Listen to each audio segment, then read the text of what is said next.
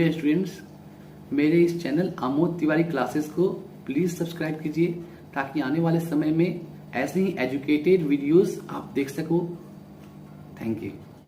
Dear students, आज हम लोग बात करेंगे प्रेफरेंस शेयर और इक्विटी शेयर में क्या डिफरेंसेस है। What are the differences between preference share and equity share.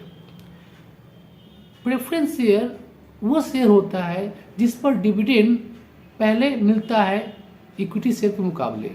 मतलब इक्विटी शेयर होल्डर जो होंगे उनको डिविडेंड लाभांश बाद में मिलेगा, पहले पेमेंट किया जाएगा प्रेफरेंस शेयर होल्डर को। प्रायोरिटी जो होती है वो प्रेफरेंस शेयर होल्डर को पहले मिलती है eight the time of payment of dividend. जब प्रेफरेंस शेयर होल्डर को डिविडेंड पेमेंट कर दी जाती है उसके बाद इक्विटी शेयर होल्डर को डिविडेंड पेमेंट की जाती है। I mean to say dividend is paid on preference share before it is paid to equity share.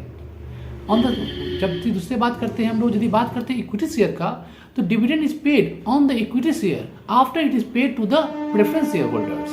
जहां तक सवाल कन्वर्टेबिलिटी का है, प्रेफरेंस शेयर में be converted into equity share.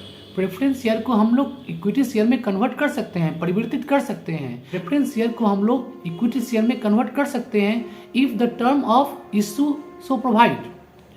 लेकिन equity share are not convertible. Equity share को हम लोग प्रेफरेंस शेयर में कन्वर्ट नहीं कर सकते हैं।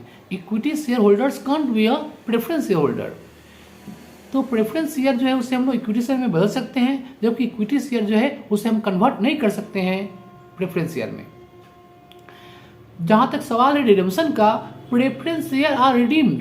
प्रेफरेंस शेयर होल्डर को पेमेंट करना पड़ता है, रिडीम करना पड़ता है, जबकि इक्विटी शेयर को रिडीम नहीं करना पड़ता है। एक कंपनी में बाईबैक इट्स इक्विटी शेयर, लेकिन उसे रिडीम नहीं करना पड़ता है। जहां तक सवाल वोटिंग राइट का है, preference share holder have no voting right. और यदि उनके पास वोटिंग राइट होता भी है तो केवल स्पेशल सर्कमस्टेंसेज में, विशेष परिस्थितियों में ही उनको वोटिंग राइट मिलता है। In general preference share holder को इन जनरल वोटिंग राइट उपलब्ध नहीं है। केवल स्पेशल सिचुएशन में ही वो लोग वोटिंग राइट का प्रयोग कर सकते हैं। जबकि इक्विटी शेयर होल्डर होते हैं उनको वोटिंग राइट मिलता है हर सिचुएशन में, चाहे वो जनरल सर्कमस्टेंसेज हो या वो स्पेशल सर्कमस्टेंसेज हो।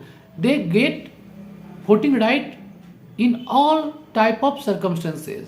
उन्हें हर एक परिस्थिति, चाहे वो जनरल परिस्थिति हो या स्पेसिफिक परिस्थिति हो, हर परिस्थिति में इक्विटी शेयर होल्डर को वोटिंग राइट होता है। खत्म हो जाएगा on the winding up capital. जब कंपनी खत्म हो जाए, समाप्त हो जाए, इंडिंग हो जाए कंपनी का, ऑन द वाइंडिंग अप, जब कंपनी का वाइंडिंग अप हो जाता है तो प्रेफरेंस शेयर कैपिटल जो है उनको पेमेंट करना पड़ता है इक्विटी शेयर होल्डर से पहले। इक्विटी शेयर होल्डर को तभी पेमेंट किया जाएगा यदि कुछ पैसा बच जाएगा, कुछ फंड बच जाएगा after the payment of preference share holder. तो at the time of winding up of the company, priority जो goes to preference share holder, priority जो है प्रेफरेंस शेयर होल्डर को ज़्यादा मिलता है पेमेंट का। इक्विटी शेयर होल्डर को वाइंडिंग अप के बाद तभी पैसा मिलेगा यदि कुछ फंड बचेगा after the payment of the preference share to the preference share holders. इसका मतलब यह हुआ कि इक्विटी शेयर होल्डर जो है ओनर है कंपनी का, इसलिए उन्हें पेमेंट बाद में करना मिलता है।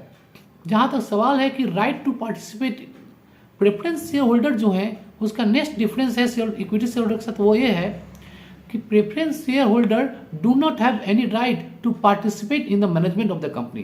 कंपनी के मैनेजमेंट में, कंपनी के प्रबंधन में इक्विटी शेयर होल्डर जो है वो पार्टिसिपेट कर सकते हैं। उनका राइट है, उनका अधिकार है कंपनी के मैनेजमेंट में पार्टिसिपेट करने का, भाग लेने का। लेकिन ऐसा कोई राइट या अधिकार प्रेफरेंस शेयर होल्डर के पास नहीं है।